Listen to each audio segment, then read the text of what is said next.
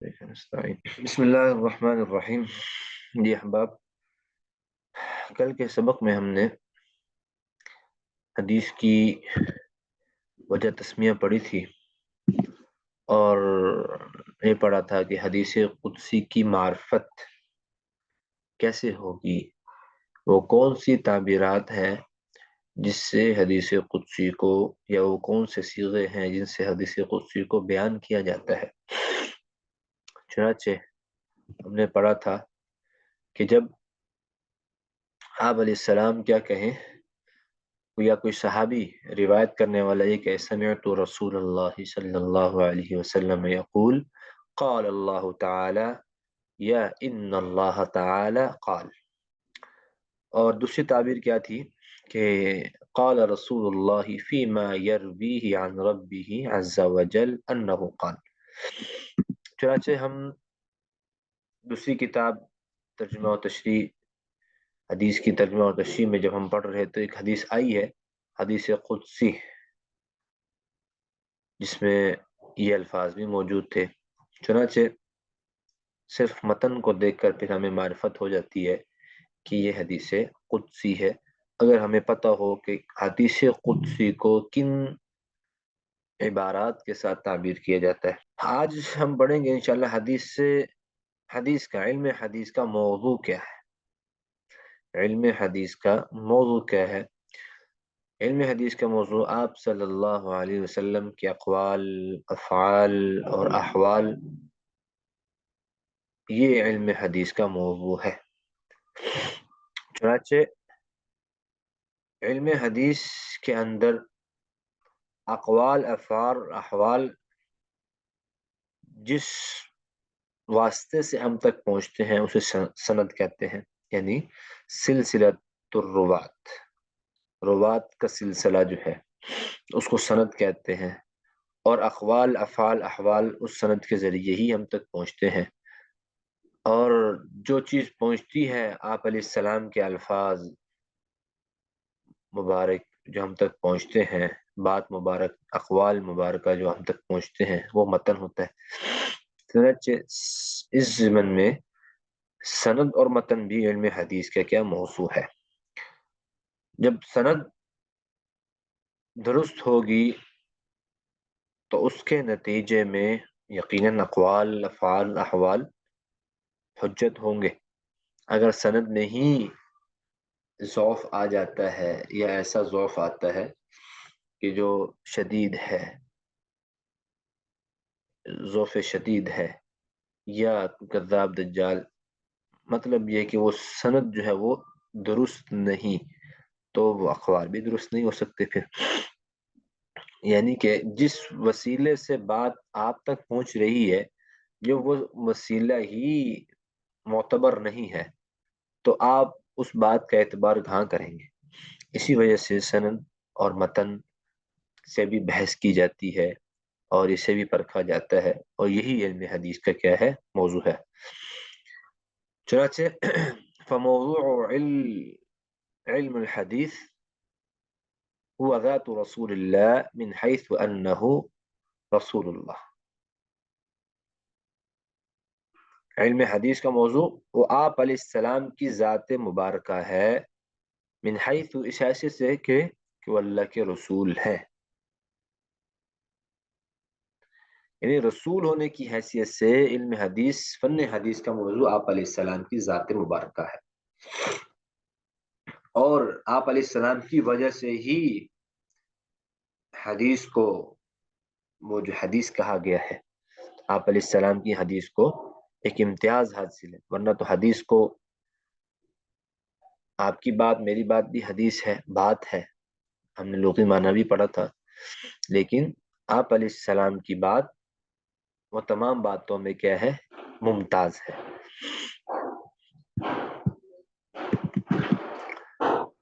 چچے علم حدیث کی غرض و غایت، ہم نے وجہ تسمیہ بھی پڑھ لی، حدیث کی موضوع بھی پڑھ لیا، اور حدیث کی غرض و غایت۔ آپ کو پتہ ہے کوئی بھی فن ہو اس کی کوئی نہ کوئی غرض ہوتی ہے، کوئی مقاصد ہوتے ہیں جس کی وجہ سے وہ کام کیا جاتا ہے۔ چنانچہ علم حدیث کی غرض و غایت کیا ہے؟ کوئی آپ سے پوچھ لے آپ علم حدیث کیوں پڑھ رہے ہیں، تو آپ اس کو کہہ سکتے ہیں کہ یار الاہتداء بہدی النبی، کہ آپ علیہ السلام کی ہدایات سے فیض یاب ہونے کے لیے حدیث پڑھ رہے ہیں، ہمارا مقصد یہ ہے۔ اور دوسری غرض کیا ہے؟ الفوز بسعادت الدارین، دونوں جہانوں کی سعادت حاصل کرنے کے لیے ہم کیا ہے؟ علم حدیث کو پڑھ رہے ہیں، یہ اس کا مقصد ہے۔ تیسرا کیا ہے؟ حدیث میں مشغولیت سے صحابہ کے عمل سے مشابہت پیدا ہوتی ہے، حدیث میں مشغولیت سے صحابہ کے عمل سے مشابہت پیدا ہوتی، کیونکہ ہے بات ہے آپ علیہ السلام کے اقوال افعال کی اگر شبیہ دیکھنی ہو تو وہ صحابہ میں پائی جاتی تھی، تو یقیناً صحابہ جیسا بننے کی پھر جب ہم اقوال کو سن پر اس پر عمل کریں گے تو یقیناً صحابہ جیسا بننے کی ایک شبیہ پیدا ہوگی ہمارے اندر بھی، ایک صحابہ جیسا بننے کا ایک جذبہ پیدا ہوگا، اور یقیناً جو اس پر عمل کر لے وہ بن بھی جاتا ہے۔ البتہ صحابہ کا درجہ تو صحابیت کی بنیاد پر وہ ممتاز ہے۔ اور چوتھا کیا؟ قرآن مجید کی درست سمجھ پیدا کرنا، قرآن مجید کی درست سمجھ پیدا کرنا، چنانچہ حدیث مبارکہ کے ذریعے ہی قرآن مجید کو مکمل طور پر ٹھیک سے سمجھا جا سکتا ہے۔ حدیث کو چھوڑ کر قرآن مجید کو مکمل طور پر نہیں حدیث کو چھوڑ کر ہم قرآن مجید کو نہیں سمجھ سکیں گے۔ جیسے کہ مثال ہے کلوا واشربوا حتى يتبين لكم الخيط الابيض من الخيط الاسود من الفجر، تم کھاتے پیتے رہو یہاں تک کہ صبح کا سفید دھاگا سیاہ دھاگے سے ظاہر ہو جائے، صبح کا سفید دھاگا سیاہ دھاگے سے ظاہر ہو جائے۔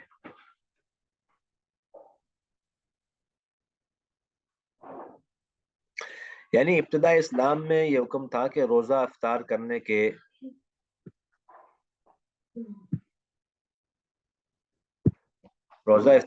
کے بعد عشاء کی نماز یا سونے تک کھانے پینے اور مباشرت کرنے کی اجازت تھی، سونے کے بعد ان میں سے کوئی کام نہیں کیا جا سکتا تھا۔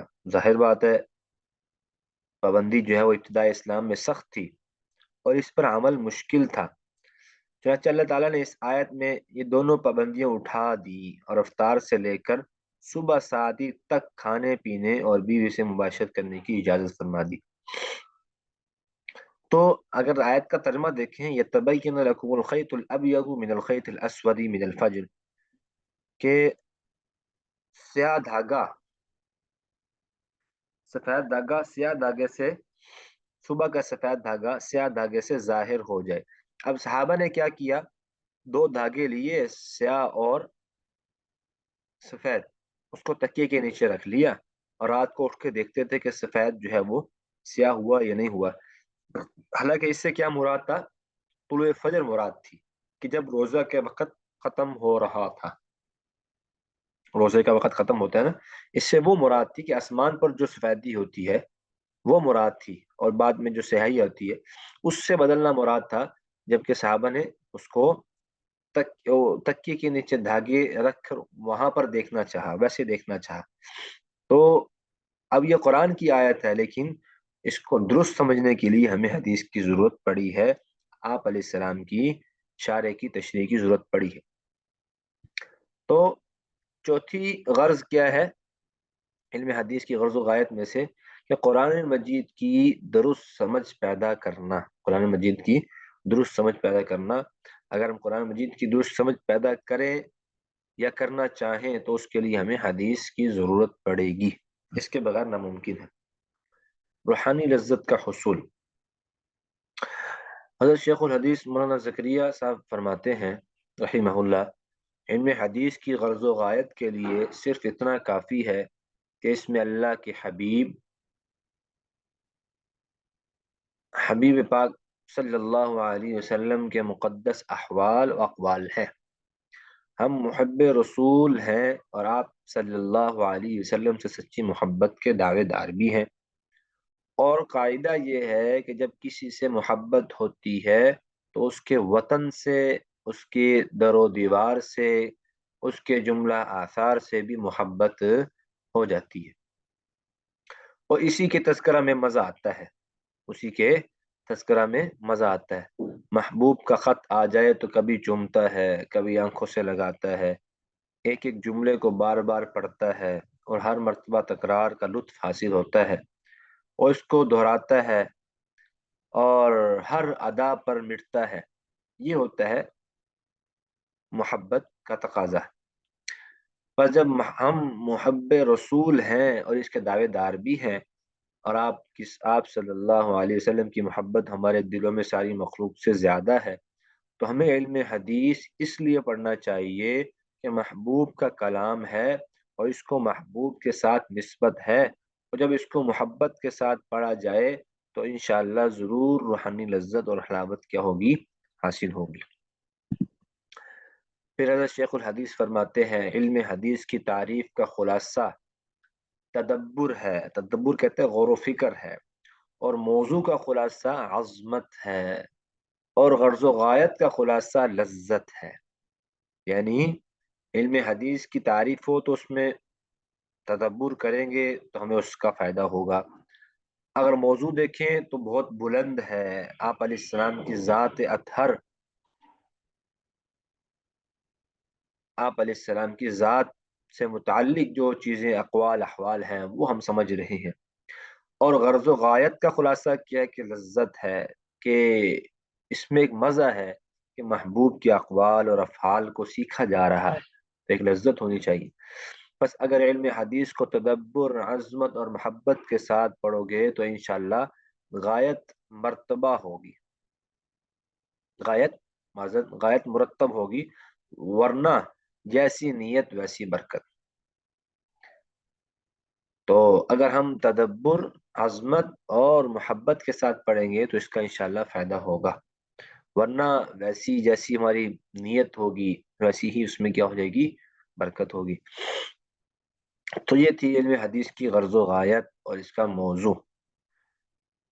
باقی اس کی فضیلت ہم نے پچھلے سبق میں بھی پڑھی تھی کہ اس کی فضیلت کیا ہے، بلکہ سبق کے شروع میں ہم نے پڑھ لیا تھا کہ سر سبز و شادابی کی دعا بزبان نبی صلی اللہ علیہ وسلم ہے، کہ آپ علیہ السلام نے دعا کی ہے اس شخص کے لیے، نظر اللہ امرأ سمع مقالتی فوعاها وحفظها وبلغها فرب حامل فقه الى من هو افقه منه، کہ اللہ تعالیٰ سرسبز و شاداب رکھے اس شخص کو جس نے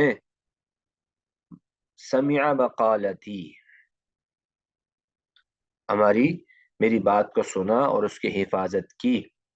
ہم نے شروع میں بھی حدیث ایک پڑھی تھی، نظر اللہ امرا سمع مقالتی فحفظها ووعاها وأداها كما سمع، ٹھیک ہے، دوسروں تک بھی بات پہنچائی، تو اس کے لیے آپ علیہ السلام نے کیا کیا ہے؟ سر سبز و شادابی کی کیا کی ہے؟ دعا کی ہے۔ تو اللہ تعالیٰ جو ہے، ہم بھی اگر اس پہ لگے رہیں تو انشاءاللہ اس میں خیر و برکت سے بات خالی نہیں ہوگی۔ جی دوسری بات کی طرف چلتے ہیں۔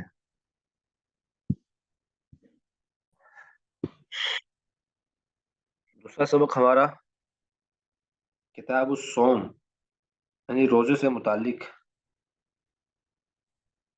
بات چل رہی تھی۔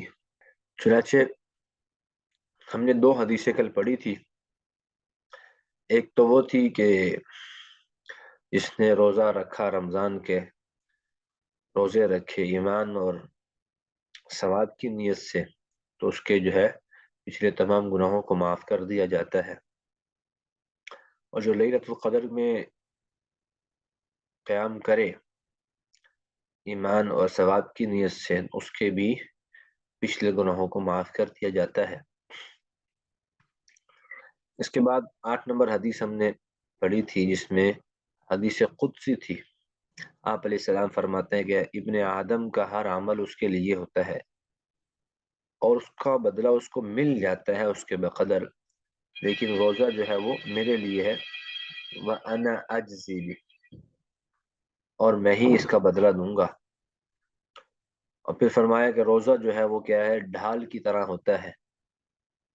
تو کوئی شخص اگر روزے سے ہو تو وہ گالی گلوچ اور بری بات نہ کہے، چیخے چلائے مت، کیونکہ روزہ اس چیز کی اجازت نہیں دیتا. ہاں اگر کوئی اور آپ کو گالی دیتا ہے، جھگڑا کرتا ہے، لڑائی کرتا ہے، تو اس کو پیار سے سمجھا دیا جائے، بھائی میں روزے سے ہوں، چنانچہ میں اپنے روزے کو خراب نہیں کرنا چاہتا گالی گلوچ کے ساتھ. چنانچہ پھر تیسری چیز یہ بیان فرمائی کہ روزے دار کے منہ سے جو بو آتی ہے، آپ علیہ السلام نے قسم اٹھا کر کہا کہ اطیب عند اللہ یوم القیامت من ریح المسک، کہ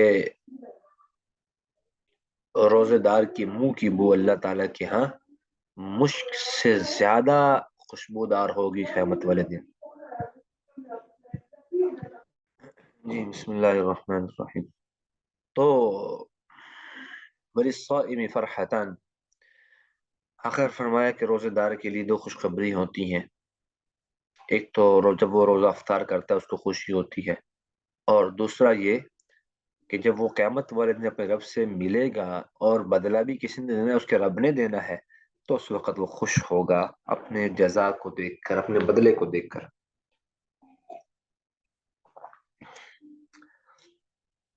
صوم سے متعلق ہم نے دو حدیثیں پڑھی تھی. آج رؤیت الہلال، باب رؤیت الہلال.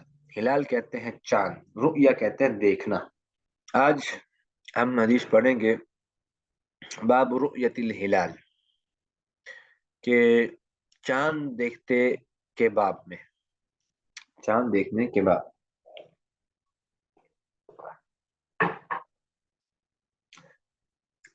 اگر ابن عمر رضی اللہ عنہما راوی ہیں،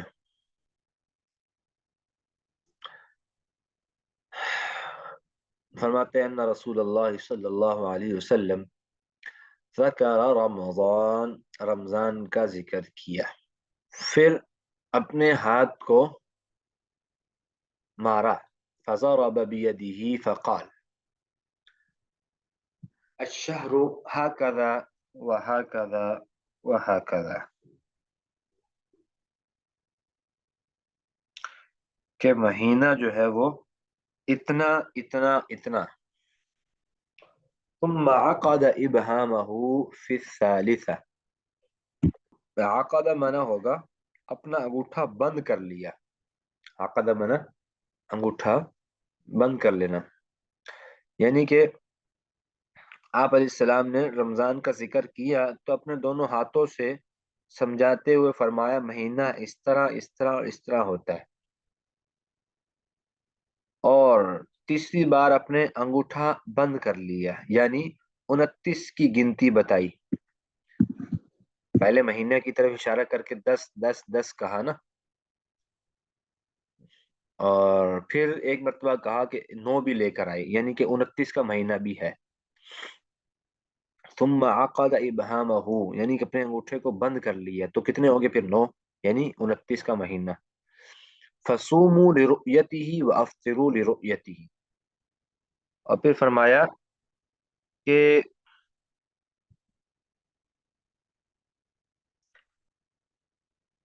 چاند دیکھ کر روزہ رکھو اور اسے دیکھ کر روزہ ختم کرو. سومو لرؤیتہ، چاند دیکھ کر روزہ رکھو، وافطروا لرؤیتہ، اور چاند دیکھ کر روزہ ختم کرو. فَإِنْ أُغْمِيَ عَلَيْكُمْ فَاقْدِرُوا لَهُ 30، اور اگر تمہارا مطلع ابر آلود ہو، یعنی کہ آسمان پر بادل ہوں، تو اس کے 30 دن پورے کر لو. اس حدیث میں روزے کی مدت بیان کی ہے کہ آپ علیہ السلام نے پہلے تو مہینوں کا بتایا کہ مہینے اتنے یعنی 30 دن کے مہینے ہوتے ہیں، پھر اشارہ کیا کہ 29 کا بھی مہینہ ہوتا ہے۔ چنانچہ اب تم نے کرنا کیا ہے کہ چاند دیکھ کر روزہ رکھو اور چاند دیکھ کر ہی روزے ختم کر دو۔ چنانچہ اسی وجہ سے ہم شروع میں چاند کی تلاش میں کیا کرتے ہیں، چاند کی تلاش میں رہتے ہیں اور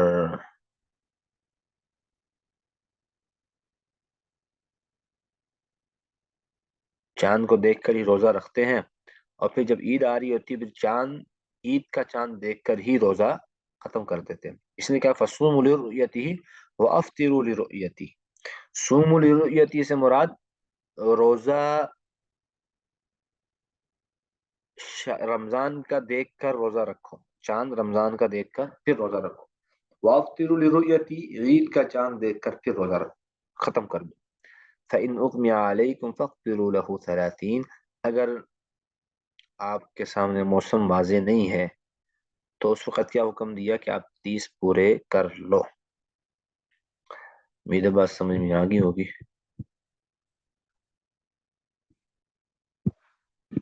اگلا سبق دیکھتے ہیں۔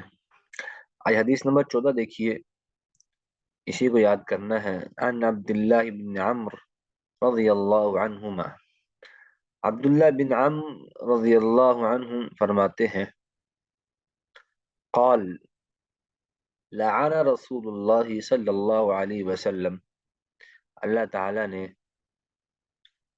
تعالیٰ کے رسول نے لعنت فرمائی ہے کس کے اوپر؟ الراشی والمرتشی، رشوت لینے والے اور رشوت دینے والے، رشوت لینے والے اور رشوت دینے والے دونوں پر کیا کی ہے؟